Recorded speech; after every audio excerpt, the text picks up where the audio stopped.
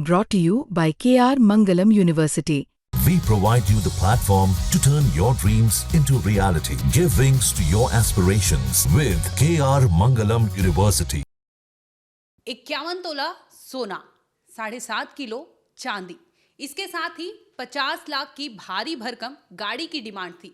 बकायदा एक पिता ये डिमांड पूरी करता है सिर्फ और सिर्फ अपनी बेटी के लव मैरिज के लिए। ये कोई आम शादी नहीं थी। आपको बता दें कि एनसीपी लीडर जो है उनके घर की शादी थी।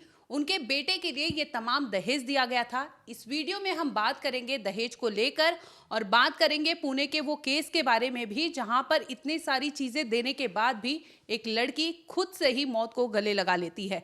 दीपिका, जिस तरह से आपने देखा होगा पुणे का केस हो चाहे हमने लखनऊ का एक केस देखा, डोमेस्टिक वायलेंस को लेकर और दहेज को लेकर ही ये केस सामने आता है जहां पर लड़कियां इस तरह से अपनी जिंदगी तबाह कर देती है। क्या सोचते हैं आप इस पर? देखिए, दहेज प्रथा जो है वो सालों से चलती हुई आ रही है और इसमें सिर्फ महिलाएं हैं जो टारगेट बनती हैं। उनको घर से निकाल दिया जाता है, उनको जला दिया जाता है। अगर वो गरीब परिवार से अगर कुछ नहीं लेकर आ पा रही है तो उनके साथ बुरा व्यवहार किया जाता है। और ये कोई नई बात नहीं है, ये हम सालों से सुनते आ रहे हैं और सालों से ऐसे केसेस भी देखते आ रहे हैं। आप यकीन मानिए, आज के समय में जहाँ पर युवा इतना पढ़ा लिखा हो चुका है, अब तो फैमिलीज भी जो उनकी पुरानी जनरेशन है वो भी सब पढ़ी लिखी आ चुकी है। लेकिन आज जो मैंने दहेज वर्ड डाला गूगल पे, तो उसके बाद दहेज कैलकुलेटर नाम की एक चीज़ खुलकर आती है। तो उसमें आप अपनी उम्र डाल सकते हैं, अपना प्रोफेशन डाल सकते हैं, मंथ में आप कितना कमाते हैं, क्या आपकी डिग्री है, आपके पास घर है या रेंटेड है, कार है या नहीं, ये तमाम डिटेल्स डालकर आपको ये बताया जाएगा कि आपकी क्या कीमत लग सकती है। यानी कि आप अपने बेटे के लिए डाल सकते हैं, जिसमें मैंने एक रैंडम कुछ भी डाला तो उसमें 5 लाख की सैलरी वाले शख्स को अगर एस्टिमेटेड डाउरी अमाउंट है तो वो 64 लाख रुपए आ रहा है। सोचिए, ऐसी ऐसी चीज़ें हैं हमारे समाज में जो देखी जा रही हैं, जो करी जा रही हैं। यानी कि लोग अपने बच्चों की बोली लगाते हैं और फिर वो एक्सपेक्ट करते हैं कि जिस लड़की को वो अपने घर पर लेकर आ रहे हैं उनके घर वाले इतने पैसे देंगे। क्यों देंगे वो पैसे? वो अपने बच्चियों को पढ़ा रहे हैं, लिखा रहे हैं, वो नौकरी कर रही है, वो नौकरी करके अपना खर्चा चला सकती है। बावजूद इसके क्यों ये दहेज दिया जाए, उसके बाद भी लड़कियों को परेशान किया जाता है।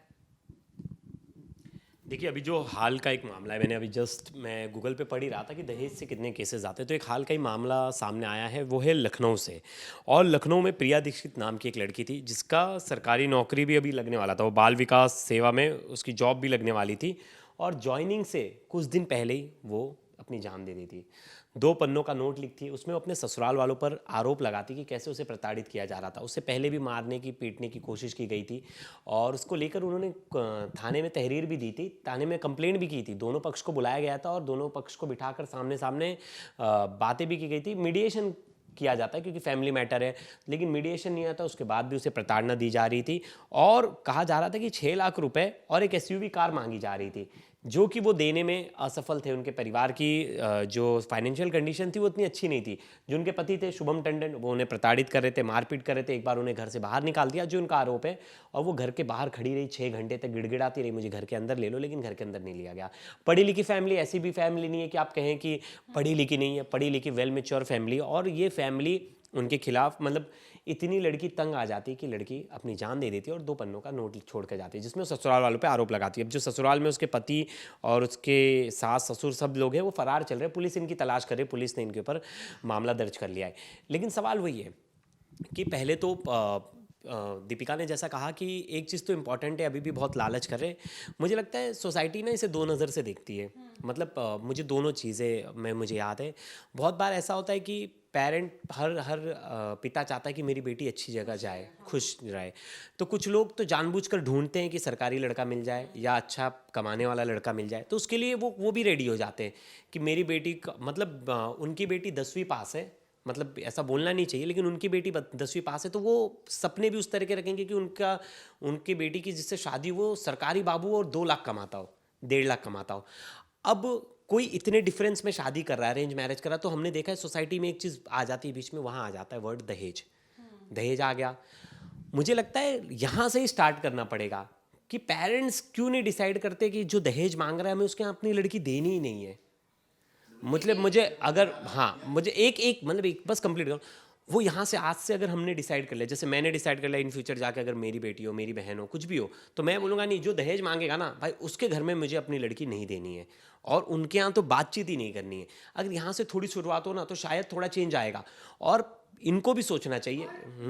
एक और चीज, जैसे जो ये प्रथा चलती आ रही है उसमें क्या होता था ना पहले, कि एक पिता अगर दहेज दे रहा है ना, तो वो अपने बच्ची के वैवाहिक जीवन को सुरक्षा के मद्देनजर से कि क्या होता है, क्योंकि उसमें पहले क्या होता था, लोगों की जॉब्स इतनी सिक्योर नहीं होती थी, लोगों के पास घर नहीं होते थे, गाड़ियां नहीं होती थी, तो उस लिहाज से एक बाप अपनी बेटी को सुरक्षा के लिए ये तमाम घर के वो छोटी छोटी चीज़ें होती थी, जैसे खाना बनाने वाले बर्तन हो गए, कुछ रजाई हो गया, ब्लैंकेट हो गया, उस तरीके की चीज़ें। तो आप एक चीज़ सुनो, आप दहेज की जो बात होती है ना, लोग ऐसे ऐसे हैं जो बर्तन भी देते हैं, कपड़े भी देते हैं, मतलब आप गैस सिलेंडर से लेके चूल्हा तक, और खाने के जो मतलब छोटी छोटी कटोरी होती है ना, उससे लेके चम्मच तक सब दहेज में देते हैं।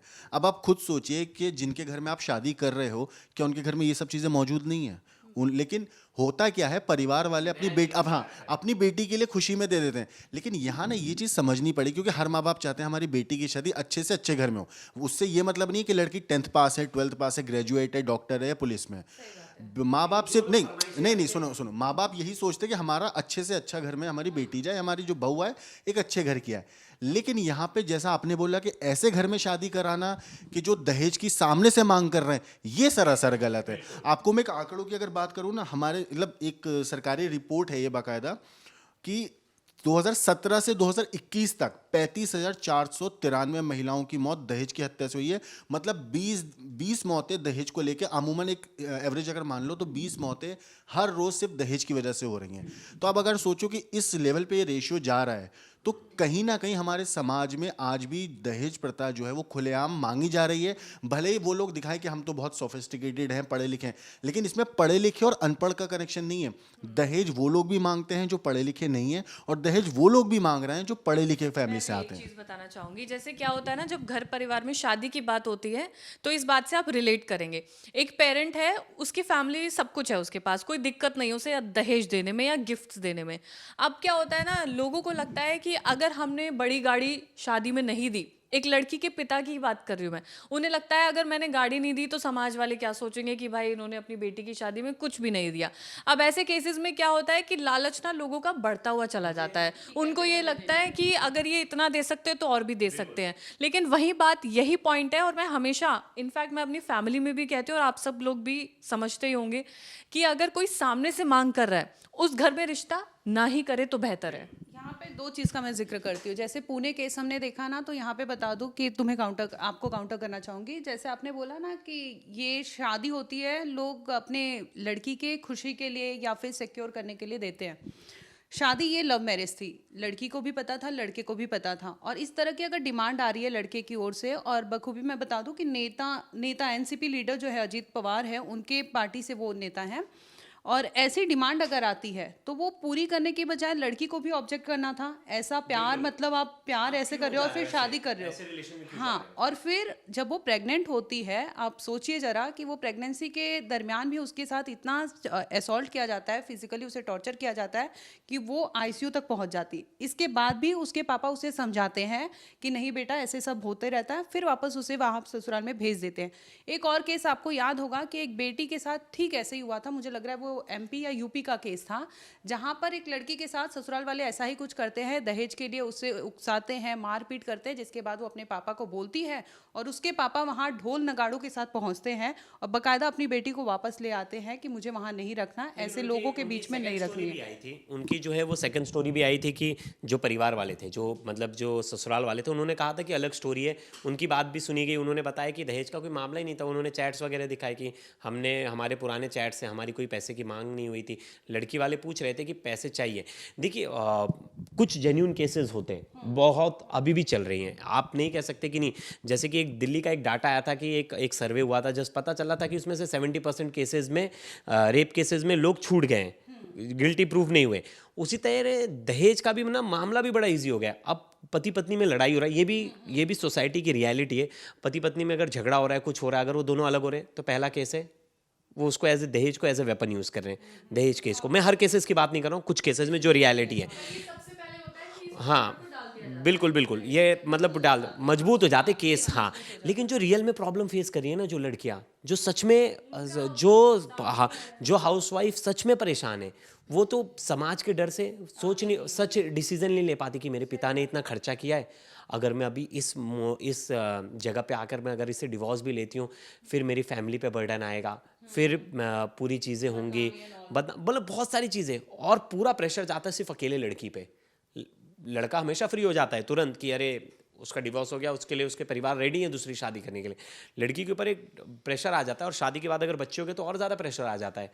एक मैं कोट करूँगा जाते, मतलब ये एंड करूँगा मेरी बात कि ना, पहले क्या होता था कि पहले हमारे यहाँ कानून में ये नहीं था। जब हमारे यहाँ कानून आ गया कि पिता की संपत्ति में बेटी का बराबर हक होगा, तो उससे पहले क्या होता था कि पिता सोच रहा था कि अब बेटी जा ही रही है, तो वो सोचता था कि उसका हिस्सा मैं दे रहा हूँ। पहले खुशी से दी जाती थी, मतलब दहेज जैसी कोई प्रथा नहीं थी। अब लेकिन गवर्नमेंट ने तो, सरकार ने तो दे दिया है, हमारे संविधान में लिखा है कि बेटी का प्रॉपर कानूनी हक है। तो बेटियों, मुझे लगता है कि ये भी एक पहल होनी चाहिए कि अभी भी मुझे लगता है मेरी मम्मी ने तो नहीं लिया, और मुझे लगता है आप में से किसी की भी मम्मी ने जाके नहीं बोला होगा अपने मैके में कि मेरे पिता की प्रॉपर्टी में मेरा हिस्सा बनता है, किसी ने नहीं लिया होगा। दहेज दिया नहीं होगा ये अलग बात है, लेकिन किसी ने, मुझे लगता है सोसाइटी में ये भी लाना चाहिए, और भाइयों को, मतलब हर लड़कों को एक्सेप्ट करना चाहिए कि मेरी बहन का प्रॉपर्टी में तो इक्वल हिस्सा बनता है। वो ये चीज़ें चलेंगी ना, अपने आप वो इंडिपेंडेंट स्ट्रांग होती जाएंगी। दहेज की कोई बात ही नहीं आनी चाहिए। दहेज तो मतलब जो मांग रहा है उसको तो हटाओ, लेकिन जो चीज़ उसका हक बन रहा है, मुझे लगता है वो सामने से जो फादर और ब्रदर है दोनों को होना चाहिए कि बेटा तेरी प्रॉपर्टी में ये प्रॉपर्टी में हिस्सा रहेगा, और देना चाहिए। देखो यहाँ ना एक चीज़ आपको बताओ, आपने कई सारी वीडियोस देखी होंगी सोशल मीडिया पे वायरल हो रही है, जिसमें बाकायदा एलानिया चिल्लाया जाता है सबके सामने बारात में कि इतने इतने करोड़ रुपए दिया, इतना कैश दिया, इतना सोना दिया। सुनो, ये सारी चीज़ें आती हैं, लेकिन यहीं पे एक कुछ स्टोरी ऐसी भी आई हैं जो हम लोगों ने देखी भी हैं। खासतौर से एमपी की मुझे एक स्टोरी याद है, सागर की एक आई थी, जिसमें एक बंदा है, नीलेश सिंह नाम है उनका, उनको 10 लाख रुपए दहेज के तौर पे दिए गए थे। उन्होंने वो पैसे ठुकरा दिए, मना कर दिया, और 1 रुपया लेके उन्होंने शादी करी थी। तो हमारे समाज में ऐसे भी लोग हैं जिनको बाकायदा सामने से ऑफर किया जाता है, लेकिन वो लड़के खुद क्लियरली मना कर देते हैं कि मुझे नहीं चाहिए। और कई ऐसी वीडियो आए दिन हमारे सोशल मीडिया पर देखने को भी मिलती हैं, और सुनने में खबरें भी आती हैं जब दूल्हा दहेज के पैसे लौटा देता है। तो देखो बात ये होती है ना प्रवेश भाई कि जिन लोगों को लालच, जिन लोगों को, सुनो पहले मेरी बात सुनो, वो, तो आप एक बात बताओ, जो नॉर्मल शादियाँ होती हैं, तो जो नॉर्मल शादियाँ होती हैं, मान लो किसी की भी हुई, तो वो जो पैसा देते हैं तो वो भी तो अपनी खुशी से ही दे रहे हैं ना, लेकिन वो लड़के के ऊपर है कि वो एक्सेप्ट करे या ना करे।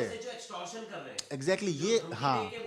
और आपको मैं बताऊं, बिजनौर से एक स्टोरी आई थी जहाँ पे 3 लाख रुपए मतलब शादी के तौर पे उन्होंने दिए, और तकरीबन 300 आदमियों को खाना वाना भी बनाया, उसमें 6-7 लाख रुपए लगे। बहुत गरीब परिवार की फैमिली थी वो, ज़्यादा कुछ अमीर नहीं थे, बहुत लोअर मिडिल क्लास लोग थे। लेकिन शादी से एक दिन पहले दूल्हा डिमांड कर देता कि मुझे तो गाड़ी चाहिए। अब वो दूल्हा तो डिमांड कर दिया, अब लड़की के घर वालों के पास पैसा नहीं था, तो उन्होंने मना कर दिया कि हम नहीं दे सकते। तो उन्होंने बारात लेकर ही नहीं आया, और दुल्हन जो होती है वो मेहंदी लगी रही, और उसके बाद वो बारात बिना आए वो लड़की मेहंदी रही। लेकिन यहाँ एक चीज़ मैं बोलूँगा कि उस लड़की के लिए अच्छा हुआ कि जो इंसान शादी से एक दिन पहले गाड़ी की डिमांड कर रहा है, हो सकता है शादी के 1 महीने के बाद वो और कुछ चीज़ की भी डिमांड करता है। बिल्कुल, ये ऐसी कुछ फैमिलीज ऐसी भी होती हैं, पहले तो बोलेंगे मुझे कुछ नहीं चाहिए, कुछ नहीं चाहिए, पहले तो देख लेंगे लड़की पैसे वाले, बाद में वो लड़की आ जाएगी तब उसे टॉर्चर करने लगेंगे धीरे धीरे कि तुम इतना पैसा दो, ये लाओ। हर बार ऐसा होता है, कोई भी फंक्शन होता है, कोई भी तीज त्योहार होता है, तो उस पर डिमांड रख दी जाती है कि हम अब तुम्हारे घर से क्यों नहीं कोई चीज़ आती है। तो ये चीज़ें महिलाओं को झेलनी पड़ती है। अच्छा, मैंने एक सवाल गूगल से पूछा कि दहेज प्रथा के मुख्य कारण क्या है, क्योंकि हम तो देखो अभी से हैं और हमने ये सब देखा नहीं है कि दहेज लिया जाता है, जब लड़की की शादी होती है तो वो क्या फील करती है, क्या उसके ऊपर प्रेशर होता है। तो जब मैंने ये सवाल पूछा तो गूगल बताता है कि दहेज देने के पीछे का उद्देश्य महिलाओं की सुरक्षा है, जिसे उसके परिवार दूसरे परिवार में भेजे जाने पर सुरक्षित रखना चाहते हैं। दुल्हन का परिवार उसे धन और संपत्ति देना आवश्यक समझता है ताकि विधवा होने पर वो किसी भी फाइनेंशियल संकट की स्थिति में उसे दूल्हे के परिवार पर निर्भर ना रहना पड़े। लेकिन ये कितनी विडंबना वाली बात है कि जिस महिला की शादी होकर वो जिस परिवार में जा रही है, वही अगर उसे बोझ मानकर रख रहे हैं कि उसे निर्भर ना होना पड़े। अगर उसका पति मर जाएगा तो जाहिर सी बात है वो उसकी फैमिली पर ही निर्भर होगी। तो इस केस में जो परिवार थे वो पैसे देते थे या डाउरी देते थे। मैं एक नॉर्थ नॉर्थ का कल्चर बताऊंगा। मैं खुद एक शादी देखा मैंने, और उस शादी में करीबन 35 लाख के आसपास का सामान दिया गया। तो मैंने बोला यार तुमने तो यार इतना ज़्यादा दहेज ले लिया। तो बोलता है भैया हम सोना भी तो देते, हम भी लड़कियों को हमने भी लड़की को सोना दिया, लेकिन उसका जिक्र कहीं नहीं होता है। मैंने बोला आपने क्या दिया? बोलता है जो जेवरात हमने बनाए हैं लड़की के लिए वो तो लड़की के हैं, वो लड़की को दिया जाएगा। अगर कल को हमारा लड़ाई होती है हम दोनों की, अगर डिवोर्स होता है तो वो स्त्री धन तो वो लेके जाएगी जो हमने सोना बना के दिया। हमने भी 30 लाख का सोना बनाया है। तो मैंने बोला हाँ लॉज में भी थोड़ी सी, लॉज में मतलब दोनों चीज़ें हैं। कोई मतलब मैं ऐसा नहीं है कि मैं यहाँ लड़कों का हितैषी बन के बैठा हूँ, लेकिन मैं बात कर रहा हूँ दोनों तरफ से कि एक तरफ जहाँ दहेज दिया जाता है, दूसरी तरफ यहाँ एक और कल्चर है। मैं पूरे नॉर्थ की बात कर रहा हूँ कि कल्चर है जहाँ 30-40 लाख का मतलब सोना भी बना के दिया जाता है इक्विवेलेंट, और लड़के वाले बना के देते हैं। और अगर वो डिवोर्स हो जाता है तो क्या लड़की वो सोना उनको दे देती है? नहीं देती है, नहीं देती, वो लेके चले जाते हैं अपने साथ। जो कल्चर की बात बोल रहा हूँ, मैं आपको रियल लाइफ इंसिडेंट बताऊँ। जब मैं सऊदी अरेबिया में था, तो मैं जॉब करता था, वहाँ पे एक मेरे बहुत करीबी जानने वाले थे, वो अरब था बंदा। तो उनकी 4 बेटियाँ थीं। तो ज़्यादा कुछ अमीर नहीं थे, ऐसा लगता है कि हर अरब अमीर होता है, वो नॉर्मल बिल्कुल एक एवरेज इंसान थे, ज़्यादा पैसे नहीं, नॉर्मल छोटा मोटा काम था। तो उन्होंने बोला कि जब मेरी बेटियाँ 4 हैं ना, तो जब मेरी बड़ी बेटी की शादी हुई तो लड़का आया, वो लड़के के परिवार वाले कि हमें आपकी बेटी पसंद है, शादी करनी है। तो उन्होंने बोला कि मैं अपनी बेटी की शादी तुमसे क्यों कराऊँ? तो लड़के ने बोला कि मेरे पास देखो इतने खजूर के बाग हैं, इतने ऊँट हैं, और ये है, और इतने बिजनेस हैं, मल्टीपल अलग अलग काम हैं, तो ये चीज़ मैं आपको तोहफे के तौर पर देना चाहता हूँ। तो उसने बोला कि तुम्हारे इंडिया, लिटरली मैं बता रहा हूँ, उसने यही चीज़ बोली थी कि देखो तुम्हारे इंडिया में जब शादी होती है ना, तो लड़की के बाप के ऊपर बेवजह का बोझ डाला जाता है और उसको फिक्र भी होती है। लेकिन यहाँ पे हम लोगों का ये था कि हमारी बेटी की शादी हम तब करेंगे जब हमें लगेगा कि ये लड़का हमें पैसों की ज़रूरत नहीं, उसने बोला, लेकिन हमें ये देखना था कि हमारी बेटी को जहाँ पे हम दे रहे हैं वो लड़का उसका ख्याल रखने के काबिल है या नहीं है। तो ये छोटी सी चीज़ है, लेकिन ये बहुत, हाँ मुझे लगता है सोसाइटी को ये भी हाँ मेंटालिटी चेंज करनी चाहिए। मैं एक चीज़ मतलब कोट करूंगा कि लड़का ख्याल रखे। मेरा तो ऐसा होना चाहिए कि लड़की इतनी कैपेबल हो कि लड़की उसका ख्याल रखे। हाँ, ये वाली सोसाइटी में मेंटालिटी भी हटा, पेरेंट्स को भी, कि हम लोग जहाँ भेज रहे हो मेरी बेटी को मैं इतना कैपेबल करके भेजूंगा कि वो उस लड़के को संभाल ले। जिस दिन ये मेंटालिटी आ जाएगी ना सोसाइटी में, थोड़ा सा डिस्टर्बेंस कम हो यहाँ जाएगा। पे कुछ चीज़ें जैसे बोलना आसान है, ये चीज़ें कि हम दोनों को इक्वली जज करें। आज के टाइम पे भी अगर आप देखेंगे, मुझे लगता है हम आपस में ही यहाँ बैठे हैं, चारों की मतभेद होगी। किसी एक टॉपिक पे अगर हम बात करें तो डिफरेंसेस होगा, और वो होगा ही, आने वाले टाइम में भी चीज़ें ऐसी ही रहेंगी। लेकिन जिस तरह से आपने बोला कि हस्बैंड हो या वाइफ हो, दोनों को इक्वली ट्रीट करना चाहिए, इक्वली इनको देखना भी चाहिए। इतना आसान नहीं होता, कहना आसान है, क्योंकि एक लड़की अगर शादी करके जाती है ना, तो आपके एक्सपेक्टेशन, माइन्यूट सी चीज़ें बता रही हूँ, एक्सपेक्टेशन होते हैं आपके कि वो वही खाना बनाएगी, वही कपड़े धुलेगी, घर की पूरी चीजें मेंटेन वही करेगी, ये सारी चीजें आ जाती है। तो कहीं ना कहीं ऐसे नहीं कि लड़के नहीं कर रहे, लड़के भी कर रहे हैं, बहुत सब कर रहे हैं, सोसाइटीज़ में चेंजेस भी आ रहे हैं। लेकिन मैं आप ये हम जज नहीं कर सकते, हर किसी की लाइफ अलग है। अगर आप अभी सर्वे करने चले जाओ, दोनों की बात अलग है, मेट्रो सिटीज़ की बात अलग है, गांव की बात अलग है।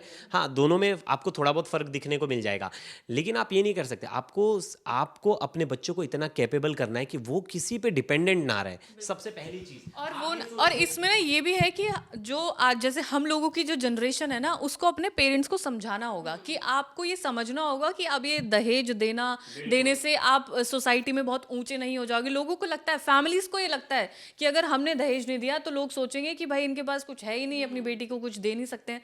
तो वो समय चला गया, वो जो पीढ़ियों वाली बात थी वो जा चुकी है। अब आप अपनी बच्चियों को इतना कैपेबल बनाइए कि वो अपना खर्चा उठा सके, अपने बच्चों का खर्चा उठा सके। पति तो जो कर रहा है वो अपने लिए कर ही लेगा, क्योंकि आजकल जितने भी मतभेद होते हैं ना, वो एक तो पैसों के ऊपर होते हैं कि आपका घर खर्च कैसे चलेगा। दूसरी चीज़, जब वो अगर कोई अच्छा इंसान है या मान लीजिए इन दोनों की तरह है, तो वो तो नहीं बोलेगा अपनी पत्नी को। लेकिन कुछ लोग ऐसे होते हैं जो अपनी पत्नी को ये बोल देते हैं कि तुम्हारे बाप ने क्या दिया, तुम्हारे बाप ने क्या मदद की। तो ये ऐसी चीजें भी होती हैं। शादी नहीं करूंगा, नहीं ऐसी आपको नहीं, मैं भी वैसी जगह शादी नहीं करूंगा जहाँ के पिता की ना एक्सपेक्टेशन ये बहुत ज़्यादा हो कि ये 5 लाख कमाता हो, इसका इतना बड़ा घर हो। जब आप ये एक्सपेक्टेशन रखोगे, आप ज़्यादा पैसा देखोगे, तो आपके मन में लालच है, सिक्योरिटी की बात नहीं। आप शादी ऐसी जगह पे करो ना जो आपके स्टैंडर्ड आपके बराबर का हो, लेवल का हो। सामने वाला अगर डिमांड कर रहा है जब बहुत बार होते हैं लड़की वाले भी डिमांड करते हैं कि अरे लड़का इतना पैसा कम कमाता है। आपकी लड़की अगर उतना कमाती, मेरे कैपेबल है, मेरे से सुटेबल है, तो आप बात कीजिए। हाँ, हम लोग जो बातें कर रहे हैं सारी हम लोगों ने अपने अपने बातें रखी, सब कुछ सही था। दीपिका तुमने अलग बताया, उन्होंने बताया, उन्होंने अपनी अलग ही पूरा अलग सिनेरियो बताया किस तरीके से हो सकता है। लेकिन सबसे हार्श रियलिटी जो है ना, वो हम चारों को भी पता है, क्योंकि हमारे फीड में हर रोज़ दहेज से रिलेटेड और महिलाओं की हत्या से रिलेटेड दहेज की वजह से कितनी खबरें आती हैं, ये तुम्हें भी पता है और मुझे भी पता है। और यही सबसे, हाँ सुनो सुनो सुनो सुनो, यही सबसे, देखो वो रियलिटी है। मैं उस चीज़ को, मैं तुम चार पाँच केस सुनो सुनो सुनो सुनो सुनो सुनो सुनो 1 मिनट सुनो सुनो, चार पाँच केसेस के लिए जो है ना, तुम 40 केसों को नज़रअंदाज नहीं कर सकते हो भाई। तो नहीं, तुम उन 4 केसेस की वजह से 40 केस को नज़रअंदाज मत करो, क्योंकि लड़कियों के साथ ये अब से नहीं भाई। तो बात वही है ना, तुम 4 केस को मत लेकर आओ इसमें, क्योंकि यहाँ पे बात उस ओवरऑल की बात ही नहीं है ना। बात यह है कि तुम जिन 4 केसेस की बात कर रहे हो, उन 4 केसेस में अभी तक पूरी तरीके से पुख्ता नहीं हुआ है। लेकिन सुन लो मेरी बात, लेकिन जो 40 केस हुए हैं ना, उसमें लड़कियों की जान गई है। अच्छा, लड़कों के लिए कोई लॉ है क्या? आप बताओ। लॉ तो नहीं है, बात वो नहीं है ना, लेकिन यह है कि जब कोर्ट में जाएगा तो तुम और मैं थोड़ी करेंगे उसका फैसला भाई। अरे यार, तो लड़का प्रताड़ित माना, ठीक है, तो वो उसका फैसला तुम और मैं यहाँ बैठ के नहीं करेंगे ना, उसके लिए अदालत है ना। अरे तो सरकार की लॉ सरकार बनाएगी, लेकिन मान रहा हूं मैं उस चीज को, लेकिन उस फैसले पे जो भी आएगा, करना होगा पैरवी, जो कुछ भी होगा उसका फैसला अदालत को देना है। यहाँ बैठ के हम ये नहीं बोल सकते कि उन लड़कों के साथ ऐसा हो रहा है, ऐसा नहीं हो रहा है। नहीं, सुनो, जो 35,000 केसेस की मैंने तुम्हें बात करी है ना, जो डेथ हुई है लड़कियों की, उनमें हो चुका है कंफर्म कि उन लोगों के साथ हुआ ऐसा। अरे लड़कों की बात यार, तुम फिर देखिए, बात यहाँ पर सिर्फ महिलाओं की हो रही है और दहेज से रिलेटेड हो रही है, जहाँ पर महिलाओं के साथ ज्यादती हुई है और हम सब इस बात पर यकीन करते हैं। लेकिन जहाँ पर पुरुषों की बात करें तो वो एक अलग कॉन्सेप्ट है, एक अलग चैप्टर है, जिस पर हम पहले भी बात कर चुके हैं, और जो भी तमाम केसेस आते हैं हम उस पर बात करते हैं। लेकिन आज का जो समय है वो ये डिमांड करता है कि अब परिवार को, अपनी महिलाओं को, अपनी बच्चियों को उतना केपेबल बनाना होगा, जहाँ पर अगर सामने से दहेज की मांग की जाती है तो वो डटकर जवाब दे, ना कि अपनी जान ले ले। अपनी जान लेना कहीं से लेकर भी कोई भी, ये बिल्कुल भी सही ऑप्शन नहीं, ये ऑप्शन में ही नहीं है। तो महिलाओं को इतना मजबूत बनना होगा कि वो अपने आप को संभाल सकती हैं, अपने परिवार को संभाल सकती हैं और सिचुएशन से भी लड़ सकती हैं। अगर उनका पति साथ रहे या ना रहे, अगर वो दहेज मांगता है तो उसके साथ ना रहे, अगर वो समझ जाता है तो बेहतर बात है। लेकिन दहेज को लेकर, मांग को लेकर अपनी जान लेना वो सही नहीं है। फिलहाल इस एपिसोड में इतना ही। अगली खबर के साथ अगले एपिसोड में मिलेंगे। धन्यवाद।